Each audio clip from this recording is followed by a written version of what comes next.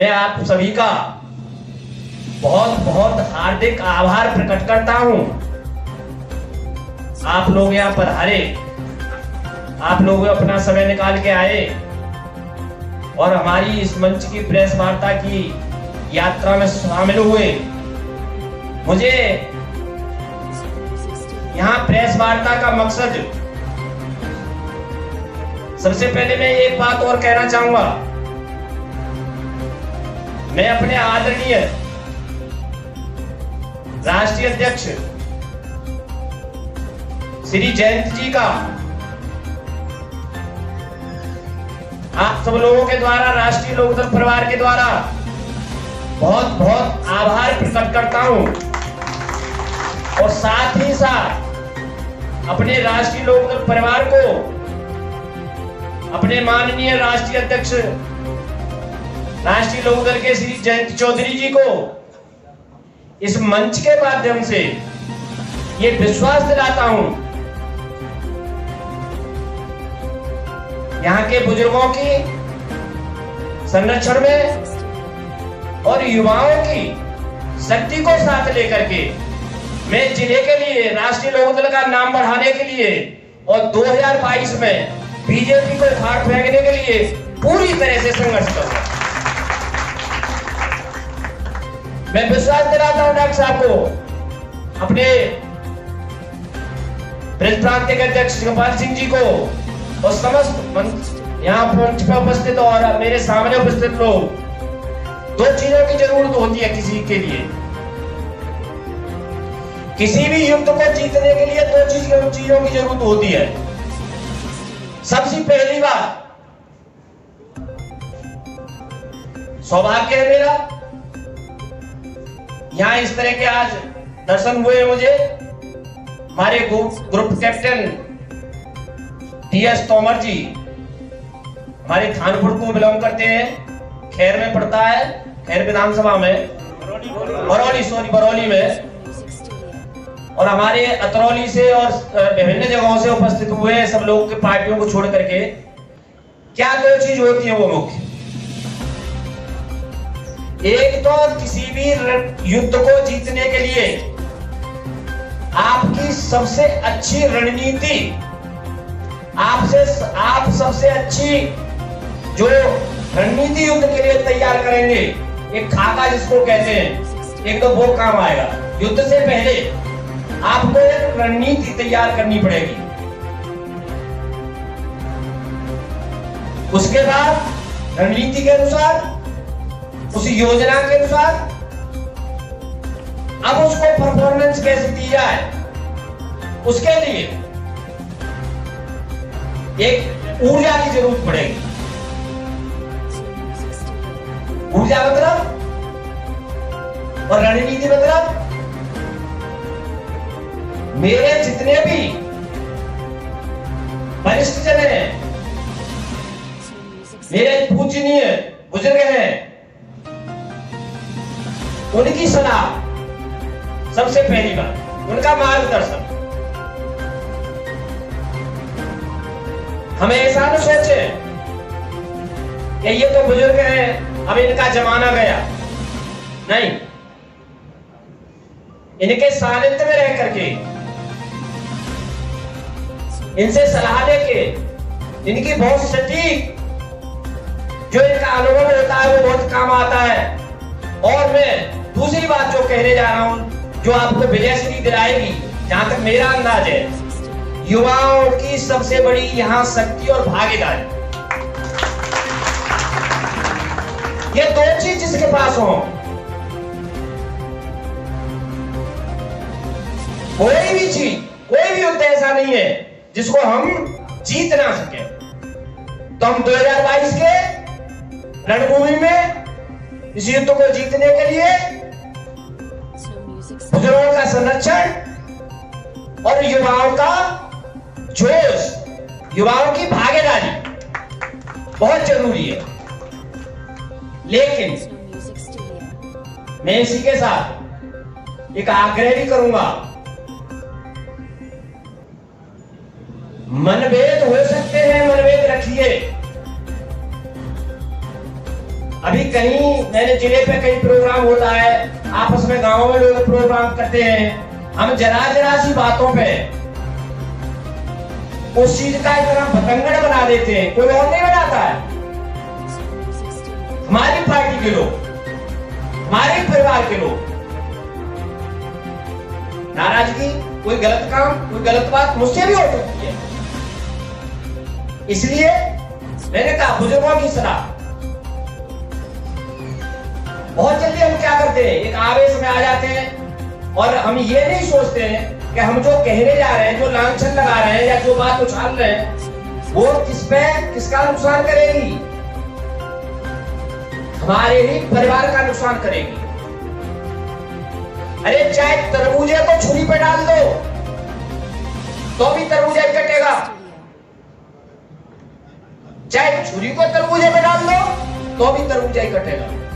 मतलब नुकसान हमारे परिवार का होगा। सबसे पहले मेरा हाथ जोड़ के निवेदन है, मैं अभी नया आया हूं, नई जिम्मेदारी मिली है, चूंकि चुनाव नजदीक है, इसलिए मैं यहां कहना चाहूंगा कि बहुत ही दुश्मनों की चालों से बचते हुए, बचकानी आदतों को छोड़ते हुए, एक दूसरे पर लांछन लगाने वाली भावना को छोड़ते हुए, किसी का कहीं नाम रह जाता है, कहीं किसी का कहीं संबोधन नहीं हो पाता है, इसका मतलब ये नहीं है कि वो हमारे परिवार का सदस्य नहीं है। इसका मतलब ये नहीं है कि जिसका नाम रह गया वो ये समझ ले कि मैं इस परिवार का सदस्य नहीं हूं। अरे सब जो बैठे हुए हैं एक ही परिवार के सदस्य है और वो है राष्ट्रीय।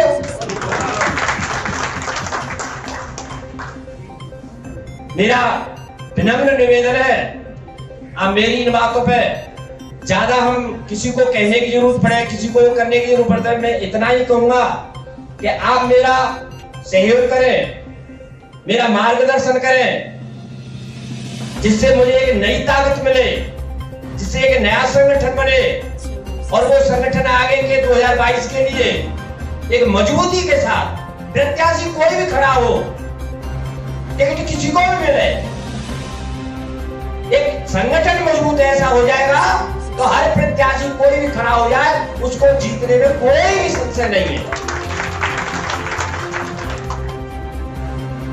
पुनः एक बार फिर माननीय राष्ट्रीय अध्यक्ष लोकदल के जयंती जी के हाथ अगर मजबूत करने हैं तो ये छोटी छोटी शिकायतें, मैं हाथ जोड़ के विनती कर रहा हूं, ये इस मंच के माध्यम से ये छोटी छोटी शिकायतों को आप छोड़ दें, इसमें कहीं किसी का हर्ज नहीं है, सबका मान सम्मान, सबकी बात। और मैं इस बात के लिए कहीं किसी से कोई गलती हो जाती है तो जिले की अपने परिवार की तरफ से मैं सबसे हाथ जोड़ के क्षमा मांगता हूं, लेकिन बिखराव नहीं हो। हमें एक लड़ाई लड़नी है और लड़ाई किसके खिलाफ है? साधारण किसी व्यक्ति के खिलाफ नहीं है। किसके खिलाफ है?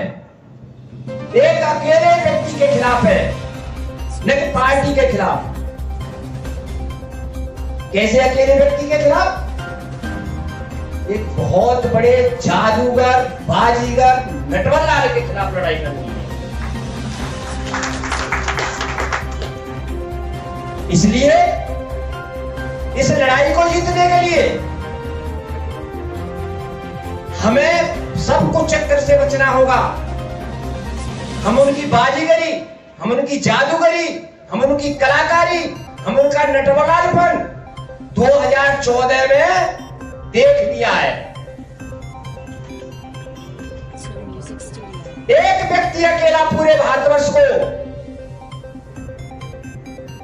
केवल ये कह के कि भाई और बहनों एक चाय वाला नहीं पच रहा है, सबने वोट दिया, पूरी बहुमत की सरकार लाए। क्यों? क्योंकि उन पर विश्वास किया। क्यों विश्वास किया?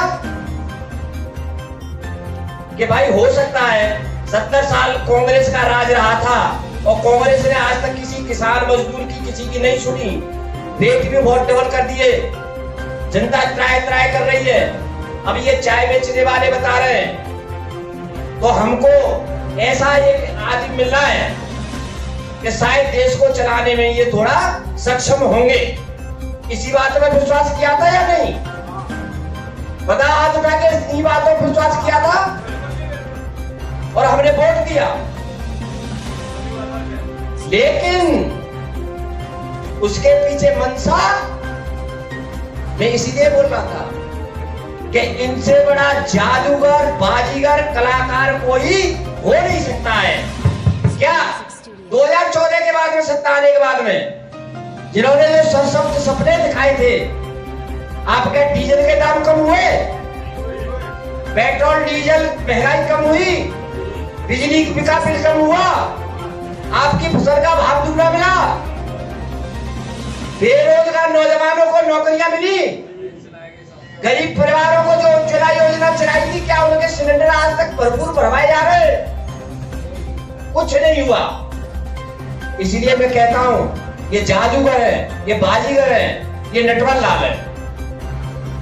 इनसे बचने के लिए अपनी अपनी छोटी छोटी, हमारी जो छोटी छोटी आपस की लड़ाइयां हैं, उनको बिल्कुल भूलना पड़ेगा और अपने परिवार को बहुत मजबूती से आगे बढ़ाना होगा। इन्होंने नारा दिया, किसान की आय दुगनी करेंगे। क्या किसान की आय दुगनी हुई?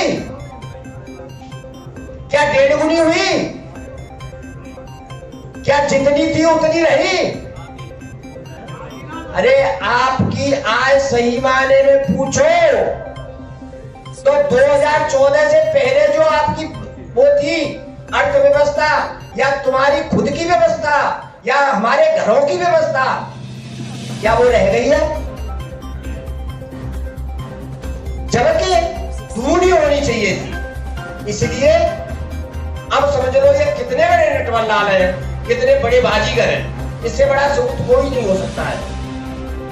भय मुक्त सरकार, गड्ढा मुक्त सड़कें, 24 घंटे बिजली, किसान को उचित मूल्य, दुगने कीमत,